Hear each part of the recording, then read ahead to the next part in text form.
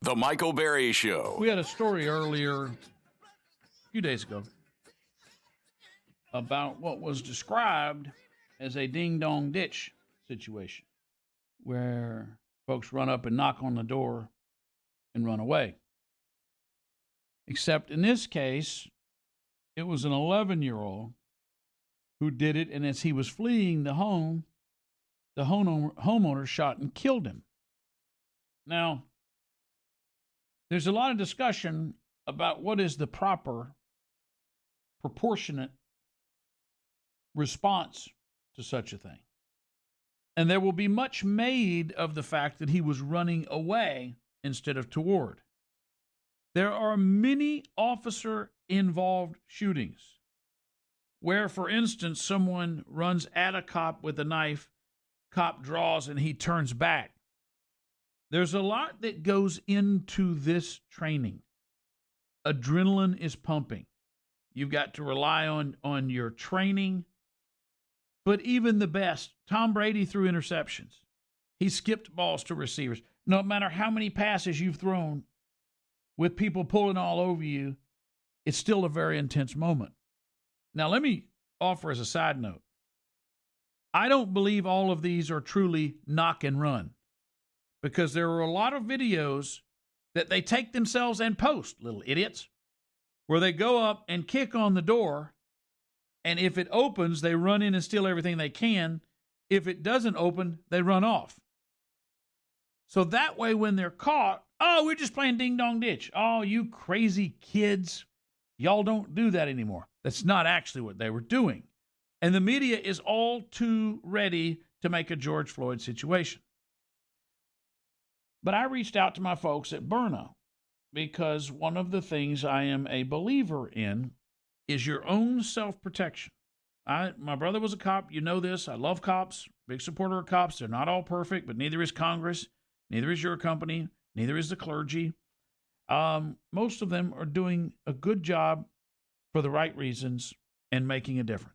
In fact, almost all of them, I would say that about. Everybody has a bad day, including Ramon. Most days, actually. So I reached out to them because I am a believer and use the Byrna. I use the compact launcher. And I saw this as an opportunity to talk about how, as the Byrna folks say, you could have saved two lives, the boy and the homeowner, because his life is forever changed and could be bad. It is not always necessary to use lethal force, and Byrna is known as the less lethal option, Byrna.com. So I asked them for an expert on the issue, and they offered to me, local as it would happen, a former captain with the Galveston Police Department, and also an active REMAX skydiving team member. Ramon, you ever skydived? I would never. My son went on his senior trip, and he promised us he wouldn't skydive, and he did. He performs at Wings Over Houston and other air shows as part of a skydiving team.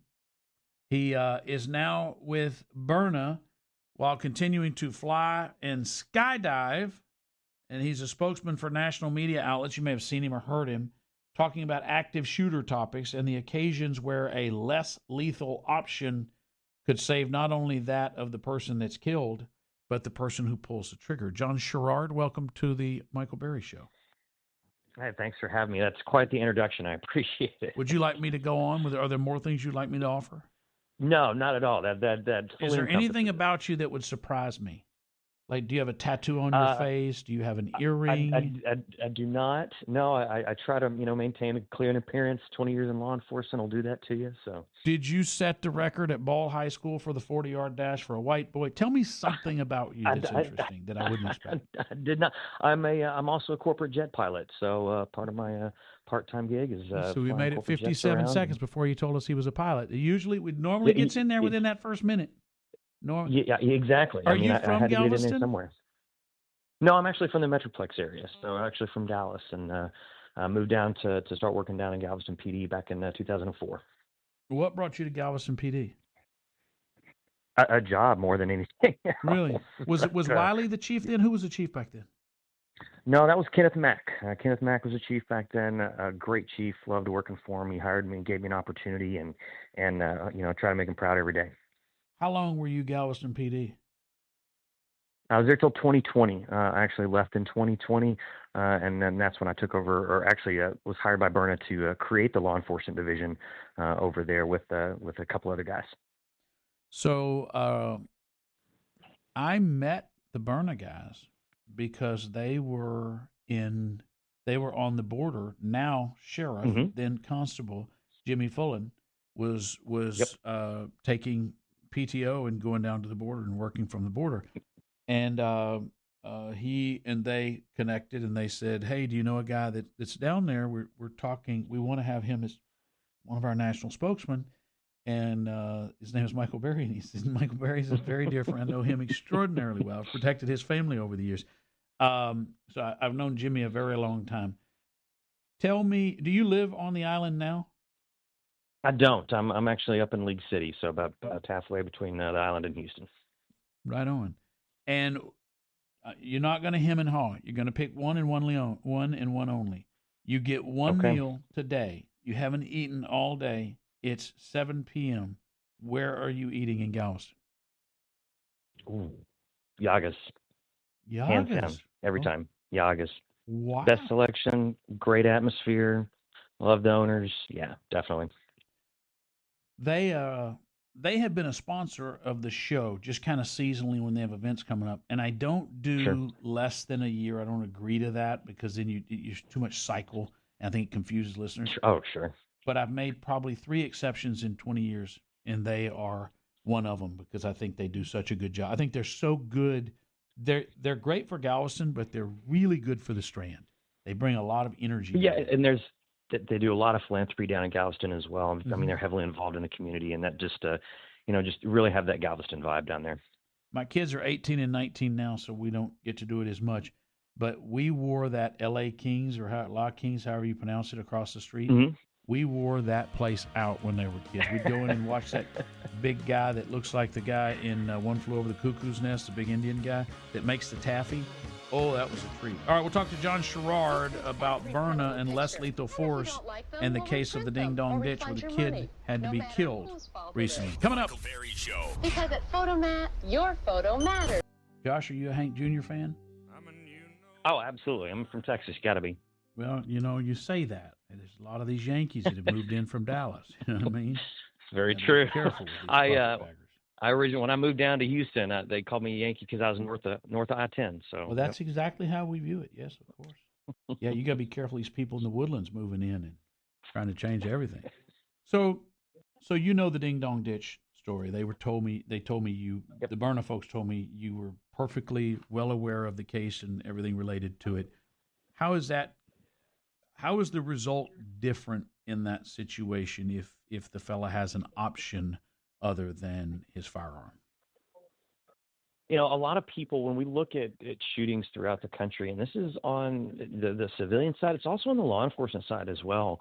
When we really dive down into these shootings, a lot of it comes down to the fact that that was the person's only option. They felt that that was the only tool that they had, the only option they had for response. And so it was either do that or do nothing. And unfortunately, a lot of times we see these decisions, like in this case, that decision is extraordinarily flawed because they feel that, well, this is the only tool I have, so this is the response that I'm going to have. And then we get into a situation like this. So that's where it's so important to have those options and to have, when it comes to force options, once again, on the civilian and law enforcement side, it's not a one size fits all. It's not just, it's either, 0 or 10. You have to have, those options in the middle in order to respond appropriately. Because when it comes down to it, your response has to be reasonable, regardless of the decision you make of why you used it.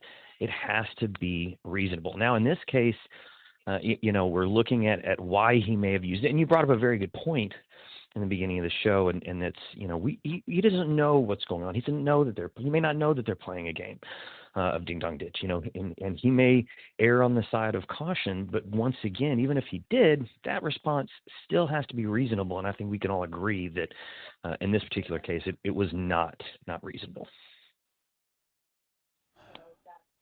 I'm not sure if I'm a juror that I agree with that. And I'm not sure that I wouldn't love to take up the case as his defense attorney and simply read off for 30 minutes the current crime reports of young men attacking people.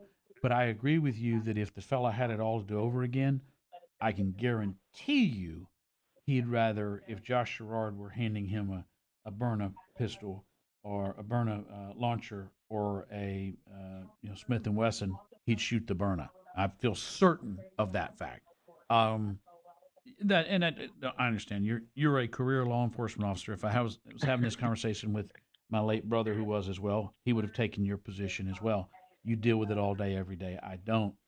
Um, what do you say to folks who say, I can't put two weapons in my hand at the same time? How am I going to know which to choose? Really, it comes down to the numbers, and in any situation comes down to the seconds and being in that situation. So, not some Monday morning quarterback anything, but you will have to make that decision if it ever presents itself to you. But I'm a numbers guy, I'm a data guy, and when we look at the numbers of situations that you're likely to encounter. Now, once again, I'm a cop. I carried a gun every day of my life for the last 20 years, but I've also carried Byrna, for the last 5. But when we look at the numbers, when we look at justifiable homicides throughout the U.S. in 2023 numbers, there are about 470 justifiable homicides in self-defense across the U.S. That's it over the course of the year. So your chance of having to use deadly force to protect yourself, to actually kill somebody, is about 1 in 700,000. That's the chance.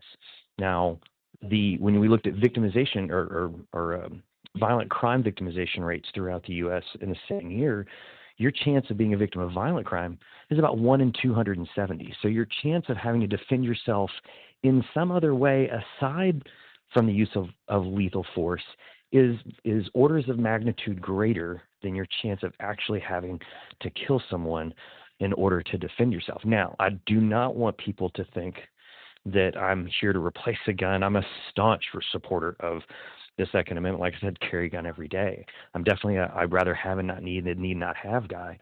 But with that being said, we have to take a look at most likely scenarios. I was a SWAT guy for a long time, and we would always look at scenarios in 2 different ways. What's the worst case scenario? What do I need to be prepared for? Worst case. But then also, what's the most likely scenario to happen? And let's make sure we're prepared for that too, so that we're not just, overlooking the obvious out in front of us. And this is no different. We want to be prepared for that worst case scenario, but we really have to take a hard look at what's most likely to happen and what can I have and how can I prepare myself for what's going to happen on a day-to-day basis, and what I know historically is more likely to happen. So once again, in this case, having that option, having that Byrna, maybe he does make a mistake, maybe it was just a game, and there's some harsh words exchanged, but everybody's okay in the end, and that's a much better outcome than what we're seeing today. Well, and I've presented option 1, which is a guy has choices between the two. I think, well, it's maybe not the largest group, but the most number of people who have responded to me that they bought a Byrna was because of the legal in all 50 states, because we speak for Byrna across the country. So I hear from people across the country where they can't buy a gun, but they can buy this, and it is a less lethal self-defense, and that's important, especially for women, but for both. And the other 2 things are no background check, no license required. I believe that we over-criminalize drug possession and under-penalize violent crime. And we have been left with a situation where everybody's got a black mark, which means there is no real ostracization to being a criminal anymore if everybody is a criminal, by which I mean the number of listeners I get who say, thanks for the advice on the Byrna, I haven't been able to carry for X number of years, and now I have a form of self-defense I feel comfortable with. That is a shockingly high number of people. That is an absolute market section for us. And I've had the same experience talking to so many people who have told me the same thing. Hey, I screwed up 20, 30 years ago. I was with a group of kids. We stole a car, joyrided for a bit. But, 30 years later, I've got a family, but I still have a felony on my record, and I still cannot protect myself with a gun, even in a state like Texas, where obviously that's, in the vast majority of people. So, it's really interesting to and really motivating for me to be able to say, hey, we have a way for everyone out there, regardless of your background or regardless of your belief system, to be able to get out there, protect themselves, protect their family. BYRNA. I am a big believer. Josh Schirard. Ramon said I called you John Schirard. I don't believe that's true. Josh Schirard, thank you for your service in law enforcement, and thank you for informing people about this. I think this is important. Thanks for agreeing to be our guest. I can't. I'm too excited.